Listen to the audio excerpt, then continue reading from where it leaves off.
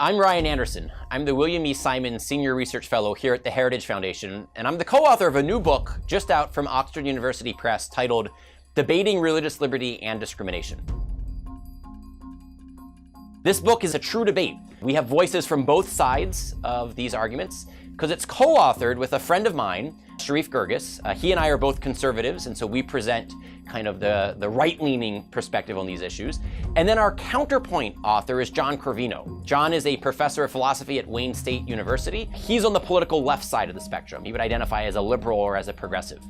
On the underlying issues, Sharif and I, we're pro-life, we're pro-traditional marriage. We favor an expansive understanding of religious liberty where it's not merely the freedom of worship, but it's about the freedom to live out one's faith commitments every day of the week, 24 hours a day, provided they don't cause harm to other people, that they don't undermine the common good, they don't destroy justice. We have a similar argument about discrimination, when it's unjust discrimination, when it should be unlawful, and we think that should be narrowly understood so we're not penalizing good action.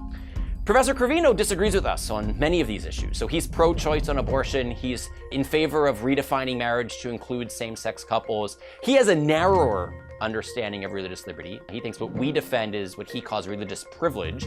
And he has a much more expansive understanding of anti-discrimination law. He thinks many more actions should be labeled as discriminatory than we do. And that may be the crux of our disagreements. We think it would be one thing if a baker said, "I don't serve gay customers." But as far as we know, there isn't a baker in the United States that has a policy like that. The only cases that we know of are bakers who say, "I can't do a same-sex wedding cake." That for the law to tell me I have to help celebrate a wedding that I think doesn't actually live up to the truth about what marriage is would be to force me to use my artistic talents to celebrate a lie about marriage. That's not discrimination. That's simply a disagreement about what marriage is.